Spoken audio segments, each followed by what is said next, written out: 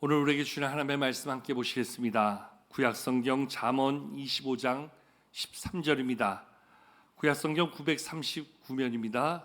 잠언 25장 13절 한 구절의 말씀을 제가 봉독하겠습니다. 충성된 사자는 그를 보낸 이에게 마치 추수하는 날의 얼음 냉수 같아서 능히 그 주인의 마음을 시원하게 하느니라. 아멘. 7월 말 무더위가 상당히 한창인 것 같습니다. 정말 이러한 때가 되면 정말 시원한 계곡에 발이라도 담그고 또 찬물로 몸에 한번 뿌리는 그러한 모습을 통해서 이 더위를 식힐 수 있지 않을까. 그래서 아마 이번 주간, 아마 다음 주일까지 아마 많은 분들이 휴가로 이 더위를 피하려고 하는 것 같습니다. 근데 사실 이 더위가 무조건 나쁜 것은 아니지요. 이 더위가 참 감사한 것은 이 더위 때문에 여름 과일들이 여물어 갑니다. 많은 곡식들이 익어갑니다. 또 이 더위를 통해서 우리의 면역력도 상당히 좋아진다 이야기합니다. 근데 이 더위가 너무 크다 보니까 때로 지치게 되어지고요. 이 더위 가운데 때로 무기력함을 말하게 되는 경우도 참 많이 있습니다. 요즘 뉴스를 통해서 들어보면 전 세계가 기상이변으로 아주 몸살을 앓고 있다 이렇게 이야기하지요. 미국의 플로리다 해변의 수온이 사상 처음으로 38.2도를 기록했다 이야기합니다. 바닷속에 있는 산호초들이 다 녹아질 지경이라 이야기하고 거기 사는 바다 생물들이 마치 보일러를 떼는 것 같은 온수 속에 있는 것 같은 모습으로 아주 힘들어한다 하는 이야기를 뉴스를 통해 듣기도 하였습니다. 예전에 우리나라에서 가장 더운 지역 그러면 대구를 꼽았습니다. 한여름 날씨가 대구 지역에 32도, 33도, 34도 이렇게 올라간다고 해서 그것이 뉴스가 될 때도 있었습니다. 그런데 요즘 모든 전국의 날씨들이 그런 것 같아요. 오늘 우리나라 이 의정부 지역의 최고 기온이 33도까지 올라간다고 합니다. 그리고 화요일 날에는 34도를 예상한다 그렇게 이야기하기도 합니다. 예전엔 부채나 선풍기로 이 더위를 식힐 수 있었던 모습이 이제는 그걸로 안 된다 해서 집집마다 다 에어컨을 돌리고요. 이맘때 되면 모든 아파트 단지에서는 방송이 나오지요. 동시에 너무 에어컨을 많이 쓰다 보니까 전력에 문제가 생긴다. 가능하면 에어컨 사용을 자제해달라. 그렇게 이야기합니다. 얼마 전에 서울을 나갈 일이 있어서 전철을 타고 가는데 바뀐 풍속도 하나 있어요. 예전에는 전철을 타면 사람들이 고개를 다 이렇게 숙이고 있습니다. 뭐 하는가 보면은 다 핸드폰 가지고 그거 보느라고 다 고개를 숙이고 서로 앞에 있는 사람들에게 인사해요. 근데 요즘에는요 고개를 다 빳빳이 들고 있습니다. 왜 그런지 아세요? 손에 선풍기 하나 들고 얼굴에다 붙이는 거예요. 다 지하철 타보면 풍속이 달라졌고요. 젊은 사람들 손에는 차가운 생수병 하나나 아니면 아이스 커피 하나씩 손에 들고 이 더위를 식히고자 하는 사람들의 모습이 얼마나 처절해 보이는지 모르겠어요. 저희 아들이 현재 미국에 거주하고 있는데 아들이 사는 곳이 미국의 가장 덥다 하는 애리조나주 피닉스에 사는데요. 거기는 요즘 기온이 우리 날씨로 47도, 48도, 체감 온도는 55도까지 올라간다 그래요. 차를 항상 이렇게 그늘 밑에 세워두는데 가끔 마트에 나갈 일 있어 차를 잠깐 세놓고 일 보고 오면은 차의 핸들을 잡을 수가 없다 그래요. 그 뜨거움에. 그래서 거기서는 합법적으로 커피숍이나 음식을 파는 곳에서 들어가서 아무나 나에게 얼음물 한 잔 주십시오. 그러면 법적으로 물을 주게 돼 있대요. 아니 그거 우리나라에서는 사실 상상도 못할 일이잖아요.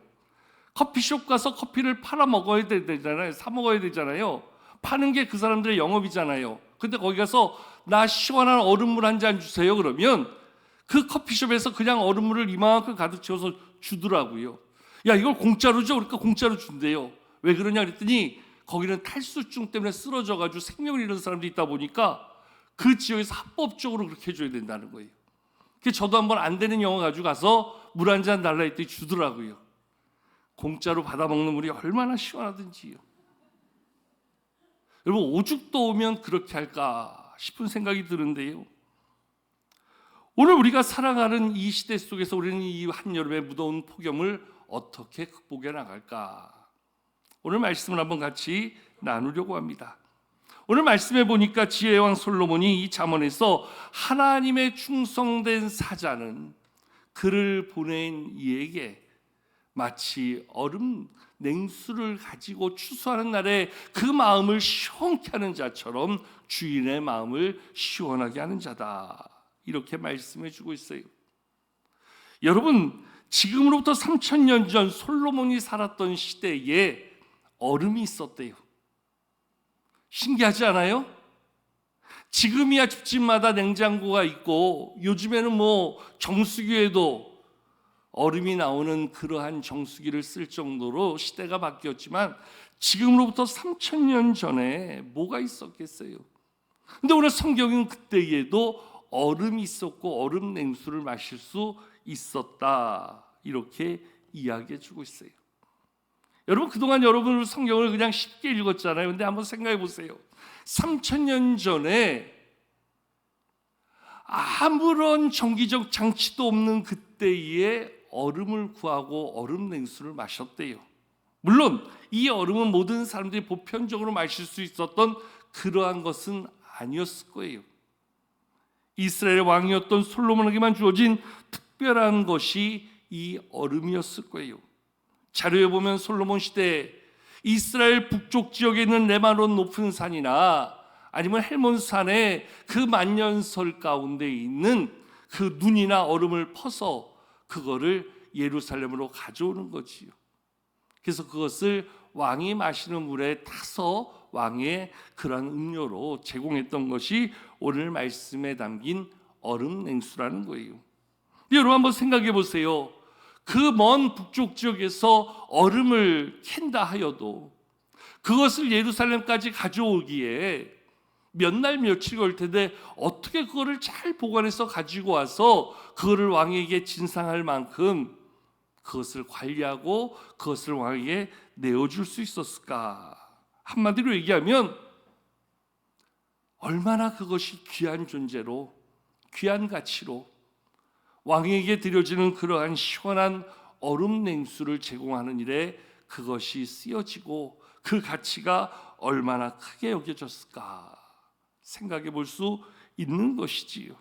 오늘 말씀해 보니 오늘 말씀은 충성된 사자를 일컬어서 주인의 마음을 시원케 하는 추수하는 날에 얼음 냉수 같다, 이렇게 말씀해 주고 있어요. 충성된 사자. 이 사자는 지금으로 말하면 대통령의 특사 같은 존재지요.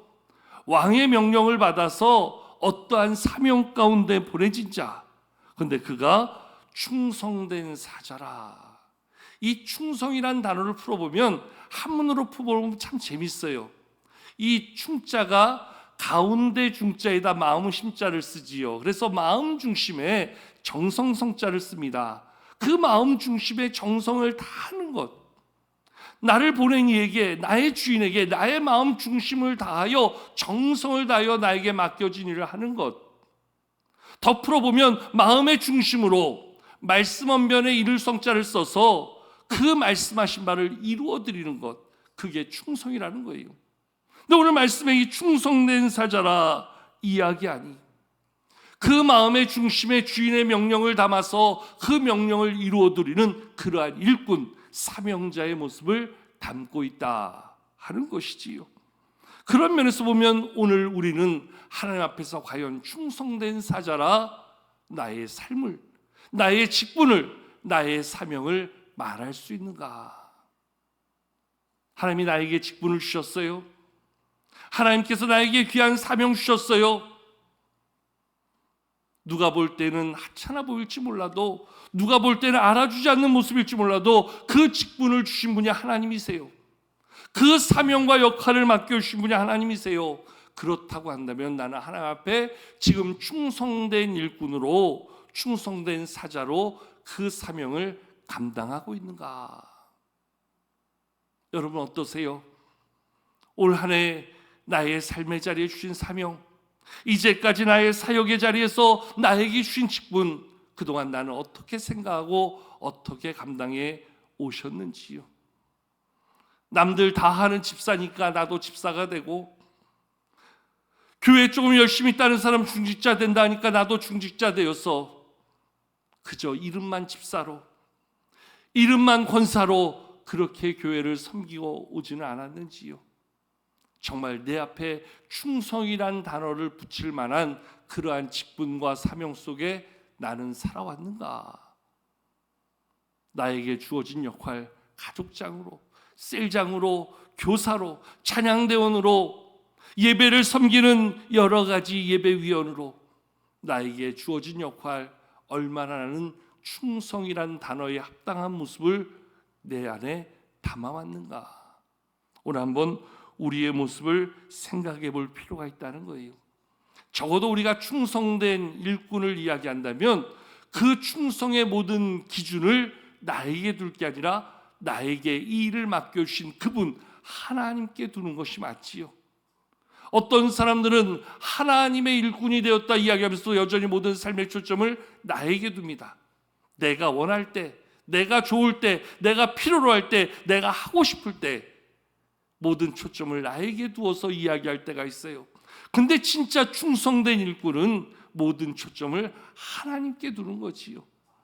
나에게 그 일을 맡겨주신 하나님 앞에서 하나님이 원하실 때에, 하나님이 필요로 하실 때에, 하나님이 쓰시고자 하실 때 모든 초점을 하나님께 두어서 하나님의 영광을 이루어가는 것, 거기에 진정한 오늘 충성의 의미가 있다 할 수 있는 거지요. 특별히 말씀해 보면 이 충성된 사자는 그를 보낸 이에게 오늘 참으로 마음을 다하고 힘을 다하여 그를 기쁘시게 하는 자다, 이렇게 말씀은 이야기해 주고 있어요. 나를 보내신 이의 마음을 기쁘게 해드릴 수 있는 자, 그가 진짜 충성된 일꾼이다, 이렇게 이야기해 주고 있어요. 여러분, 모든 기준을 나에게 두고 내가 원할 때, 내가 필요할 때, 내가 좋아할 때 하는 거기에 기준을 둘 때 우리가 진짜 그분을 기쁘시게 해드릴 수 있을까요? 그분이 원하실 때, 그분이 필요로 할 때, 그분이 원하는 일들 할 때 거기에 진짜 그분의 기쁨을 이야기할 수 있는 것이지요. 특별히 오늘 말씀해 보면 오늘 이 충성된 사자를 걸어서 추수하는 날에 오늘 한 잔 마시는 시원한 얼음 냉수와 같은 존재다, 이렇게 이야기해 주고 있어요. 여러분, 얼음 냉수는 얼음 냉수로서의 가치가 대단한 거예요. 그 시원함. 근데 오늘 말씀은 거기에 단서가 붙지요. 우리 같이 한번 13절 한번 읽어보실까요? 함께 읽겠습니다. 시작. 충성된 사자는 그를 보낸 이에게 마치 추수하는 날에 얼음 냉수 같아서 능히 그 주인의 마음을 시원하게 하느니라. 아멘. 마치 추수하는 날에 얼음 냉수 같다. 이 추수하는 날에 얼음 냉수 같다는 것은요, 그 얼음 냉수를 필요로 하는 자에게 가장 필요로 할 때, 가장 있어야 할 때, 가장 중요하게 여겨질 바로 그때에 그의 속을 시원하게 만들어주는, 마치 시적절한 얼음 냉수로서의 가치를 극대화시킬 수 있는 사람을 이야기한다는 거지요. 이스라엘에서 추수하는 날은 가장 무더운 5, 6월 달에 보리 추수를 할 바로 그때를 이야기합니다. 가장 무더위 가운데 그 추수해야 될 사명의 자리 앞에서 멈출 수 없는 그 사명으로 인해서 이마에 흐르는 땀을 닦아가면서 일을 해야 되는 그러한 농부에게 마치 그의 속을 시원케 해줄 만한 그러한 추수하는 날의 얼음 냉수 같다. 주님이 가장 필요로 할 때, 주님이 가장 원하실 때, 주님의 사명 가운데 가장 쓰임받아야 될 때, 그때 주를 위하여 일할 수 있는 사람, 말 그대로 주님에게 가장 필요로 하는 그때에 필요로 하는 역할을 감당할 수 있는 사람, 그가 바로 충성된 사자라, 그렇게 이야기할 수 있다는 거예요. 아무 때나 그 얼음 냉수의 가치가 똑같이 여겨지는 게 아니라는 거예요. 여러분 그렇잖아요. 배부를 때 뭔가 내주면 그게 내 입맛을 땡깁니까? 덥지도 않은데 시원한 물 주고서 마시라 그러면 마시고 싶습니까? 아니면 날이 추워서 덜덜 떨고 있는데 거기에 얼음물 갖다 주면 그 물이 나의 시원함이 될까요? 어떠한 것은 아무리 좋은 것이라 해도 그것이 주어지는 그 상황, 환경에 시적절할 필요가 있다는 거지요. 추수하는 날에 얼음 냉수 같다. 가장 필요로 할 때, 가장 원할 때, 가장 중요한 가치를 발휘할 때 그때에 쓰임받는 자가 되어야 된다 하는 것이지요. 주의 몸된 교회 일꾼도 마찬가지 아닙니까? 가장 필요로 할 때 있어야 될 사람, 가장 중요할 때 그 역할을 할 수 있는 사람, 거기에 진정한 충성의 가치가 있다 말할 수 있는 것이지요. 여러분 똑같은 직분을 가져도, 똑같은 사역을 해도 있으나 마나한 사람들이 있어요. 때로 정말 없었으면 더 좋겠다 하는 사람이 있을 수도 있어요. 근데 정말 모두가 다 느낄 만큼, 야, 이 사람 때문에 교회가 돌아간다, 정말 이 사람이 일을 하니까 이 일이 제대로 되는구나, 그 주인의 마음을 헤아려 그 일을 능히 잘 감당할 수 있는 사람, 한마디로 꼭 필요한 사람, 꼭 있어야 되는 사람, 모두의 목마름과 불편함을 해소시켜 줄 수 있는 시원함이 되는 사람, 거기에 진정한 필요, 존재, 가치가 이루어지는 것이라 이야기할 수 있는 것이지요. 적어도 성도가 교회 앞에 그런 사람이 되어야 되지요. 교회 사역 앞에서 있으나 마나한 사람 되면 안 되는 것이지요. 교회 사역 앞에서 정말 이 사람은 차라리 없는 게 더 좋겠다, 이렇게 이야기해서는 안 되는 것이지요. 토요일날 각 여전도에서 와서 주방 봉사를 준비합니다. 주일날 흐르는 땀방울을 닦으면서 열심히 봉사를 합니다. 근데 간혹 보면 그렇게 모두가 열심히 일하는 자리에서 기미상궁 역할하는 사람들이 있어요. 야, 이건 맛이 왜 이래? 오늘은 왜 이렇게 묻혔어? 아니 비싼 재료 가지고 이거밖에 못하는 거야? 입으로 모든 것들 다 만들어가는 사람들이 있어요. 때론 그 역할도 필요하겠지요. 근데 모두가 다 동의할 수 없는 그러한 모습으로 그 역할을 한다면 그것은 결코 아름답지 않다 말할 수 있는 것이지요. 정말 하나님 앞에서, 교회 앞에서 나는 얼마나 하나님 앞에 충성된 사자로 나에게 일을 맡겨주신 하나님의 마음을 시원케 하며 하나님께서 기뻐하실 만한 귀한 모습을 가지고 살아오고 있는가, 한 번쯤 우리의 모습을 돌아볼 필요가 있다는 거예요. 주인의 마음을 시원케 하는 사람, 거기에 진정한 존재 가치가 있는 것이고요. 그 직분, 그 역할의 가치가 있다 말할 수 있는 것이지요. 내가 이 자리에 있는 것이, 내가 이 일을 하는 것이 얼마나 주님을 기쁘시게 할 만한 일인가, 얼마나 공동체에 유익이 되는 모습인가, 얼마나 우리에게 맡겨주신 사역을 선하고 아름다운 열매로 만들어갈 수 있는 모습인가, 우리 자신 한번 돌아보고 우리를 점검해 볼 필요가 있다는 거예요. 같은 일에도 주님의 마음을 시원하기보다는 아프게 하는 경우가 있는데요. 예를 들면 잠언 10장 26절에 이렇게 말씀은 기록해져 있는데요. 우리 한번 같이 한번 읽어보실까요? 함께 자막 보고 같이 한번 읽겠습니다. 잠언 10장 26절입니다. 함께 있습니다. 시작. 게으른 자는 그 부리는 사람에게 마치 이의 식초 같고 눈의 연기 같다 말씀하고 있어요. 오늘 이 게으른 사람, 충성된 사람의 반대적 의미를 담고 있는데요. 아니란 사람, 나태한 사람, 게으른 사람, 내 마음대로 하고 싶은 사람 다 포함될 수 있는 말이지요. 그는 그 부리는 사람에게 마치 이의 식초 같고 눈의 연기 같다, 이렇게 말씀해 주고 있어요. 여러분, 이의 식초 같다라는 것은 무엇을 의미할까요? 눈의 연기 같다 하는 이 말의 뜻은 무엇일까요? 한마디로 이야기하면 그 이의 식초 같다라는 것은 우리가 그것을 댐으로 우리 치아의 그 시큰거림, 그 아픔을 이야기하는 거예요. 눈의 연기 같다는 것은 우리가 그 불을 피우며 나오는 연기가 우리의 눈을 따갑게 하고 아프게 하잖아요. 눈 못 뜨게 하잖아요.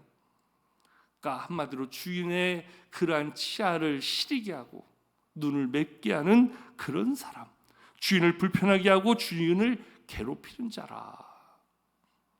맡겨주신 사명 앞에서 충성을 다하지 않는 사람, 나태한 사람, 안일한 사람, 게으른 사람, 마치 그는 우리 하나님 앞에서 하나님의 마음을, 하나님의 시선을 아프게 하는 사람이다. 이렇게 이야기해 주고 있는 거예요. 이제까지 우리는 우리의 직분, 우리의 사명, 우리의 역할 앞에서 어떠한 신앙의 태도와 믿음의 증거를 이루었는지요? 얼마나 하나님의 마음을 시원케 하는 자로 살아오셨는지요? 아니면 오히려 하나님의 마음을 아프게 하고 답답하게 하는 그러한 모습으로 살아오지는 않으셨는지요?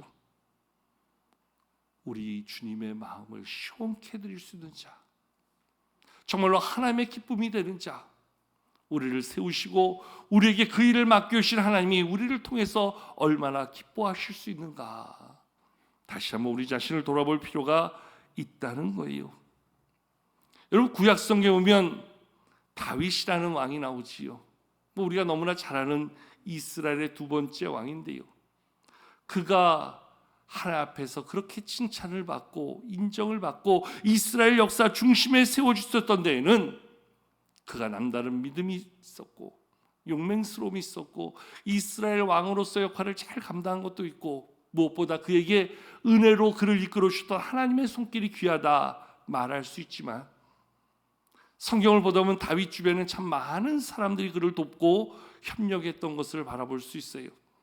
특별히 구약 성경 사무엘하 23장이나 역대상 11장에서 같은 맥락에서 그 두 군데서 다윗의 함께했던 용사들을 쭉 열거해 주고 있는데요, 거기 안에 담겨 있는 세 용사의 이야기를 한 사건으로 담아주고 있는데, 다윗이 한 번은 그 성내에서 베들레헴을 바라보는데 당시 베들레헴은 블레셋의 주둔지가 되었어요. 근데 다윗이 태어나고 자란 그 베들레헴의 우물물을 생각하면서 이 고향에 대한 향수를 갖고 다시금 취해야 될 그 베들레헴 땅을 소망하면서 혼자 한 말을 합니다. 깊은 밤 그가 이야기하기를, 저 베들레헴에 가면 우물물이 있는데 야, 그 우물물 한 잔 떠서 마시면 얼마나 시원할까. 근데 그 이야기를 옆에서 다윗의 곁에 있었던 세 용사가 듣게 됩니다. 그리고 저들이 의기투합하여서 몰래 그 적진 베들레헴으로 나아가게 됩니다. 생명을 걸고 그곳에 가서 우물물을 하나 떠옵니다. 그리고 그것을 다윗에게 내오며 이야기합니다. 왕이요, 지난밤 당신이 말했던 그 베들레헴의 우물물입니다. 이것으로 왕의 마음이 시원할 수 있다면 참 좋겠습니다 하면서 세 용사가 그 우물물을 내오는데, 다윗이 그 우물물을 하다 순간 알잖아요, 이 우물물을 떠오기까지 저들이 얼마나 생명 걸고 그것을 다녀왔는가. 그 다윗이 차마 그 물을 손에 들고 마시지 못해요. 이것은 너희의 핏값인데, 너희의 생명과 맞바꾼 물인데 내가 어찌 이것을 마시겠는가. 그래서 그 물을 여호와의 제단에 붓습니다. 그리고 다시는 너희의 생명을 위협하는 그러한 말로 너희를 힘들게 하지 아니하리라. 여러분, 저는 이 다윗의 세 용사를 보면서 그런 마음을 갖습니다. 정말 우리 하나님의 말씀 한마디를 귀 기울여서 하나님의 마음을 시원케 해드릴 만한 그러한 사명을 가지고 우리가 살아갈 수 있다면, 오늘도 주님의 몸된 교회 귀한 사명 가운데 우리가 그러한 마음으로 주님의 몸된 교회를 섬기고 그러한 일꾼 될 수 있다면, 오늘도 누군가의 필요를 위해서 정말 마치 우리의 생명을 내어놓듯 그렇게 수고하고 헌신하여서 그의 그 무거운 마음을 우리가 시원하게 덜어줄 수 있다면, 그런 모습이 얼마나 아름답고 귀하고 복된 모습일까. 적어도 주님의 마음을 시원하게 해드릴 수 있는 사람, 교회 앞에 그러한 시원함으로 주의 일을 감당할 수 있는 사람, 주의 선한 역사 앞에 그렇게 쓰임받을 수 있는 사람. 다윗이 다윗 될 수 있었던 것은 그의 용맹, 그의 믿음, 그의 남다른 삶의 자리가 있었겠지만 그의 주변에 있었던 이 세용사와 같은 그러한 부하들이 함께하였기에 다윗이 다윗 될 수 있지 않았겠는가. 우리 하나님의 그 뜻을 온전히 이루어드리기 위해서 나는 과연 얼마나 내 마음 다해, 내 힘을 다해, 내 생명 다해 주님을 섬기며 충성된 사자로 오늘도 나는 살아가고 있는가. 다시 한번 우리를 돌아볼 필요가 있다라는 거지요. 하나님의 영광 위해서 충성된 일꾼으로 주님의 마음을 시원하게 해드릴 수 있는 자가 될 수 있다면, 오늘 교회 앞에 그러한 마음을 다하여 주님의 몸된 교회를 시원케 섬겨갈 수 있다면, 우리 모든 지체들 간에 서로 간에 누군가의 아픔을, 누군가의 힘듦을, 누군가의 수고를 헤아려 그의 마음을 만져줄 수 있다면, 더 나아가 어려운 지체들을, 연약한 지체들을, 또한 하나님을 모르는 이 땅의 많은 사람들을 섬겨감으로 우리가 주님의 사명, 주님께서 맡겨주신 역할을 능히 잘 감당할 수 있는 모습이 될 수 있다면 얼마나 하나님이 기뻐하시겠는가. 다시 한번 생각해 보게 됩니다. 오늘 1년에 한 번씩 하는 팥빙수데이, 그동안 코로나로 잘 못하다가 다시 오늘 시작하면서 오늘 여러분들에게 주어지는 빙수 한 그릇, 어떻게 보면 전문점 가서 먹는 것의 맛의 10분의 1도 안 될지 모르겠어요. 그러나 정성을 다해서 만들어주시는 그분들의 그 손길을 통해서 그거 한 입 내 입에 물고 한번 생각해 보세요. 이것이 나에게 이 시원함을 주듯 나는 과연 주님 앞에 그러한 시원함을 드리는 존재로 살아왔는가. 우리를 다시 한번 돌아보고 점검하며 오늘 빙수 한 그릇 입에 물고 기도하는 겁니다. 하나님, 이제라도 내가 주님의 마음을 시원하게 해드리는 그러한 이 시원한 빙수 한 그릇과 같은 사람 되고 싶습니다. 주님의 마음을 시원하게 드리는 그러한 교회의 일꾼 되고 싶습니다. 내 시간, 내 물질, 내 은사, 내 삶을 다해서 주님 앞에서 충성을 이루어가는 그러한 사람 되게 하여 주옵소서.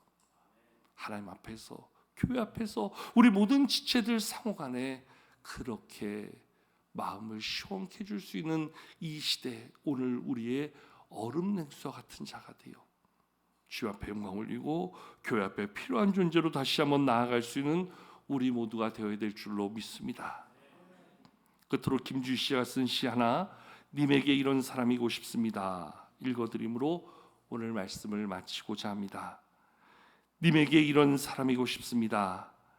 새벽에 눈을 뜨면 제일 먼저 떠올리는 사람이고 싶습니다.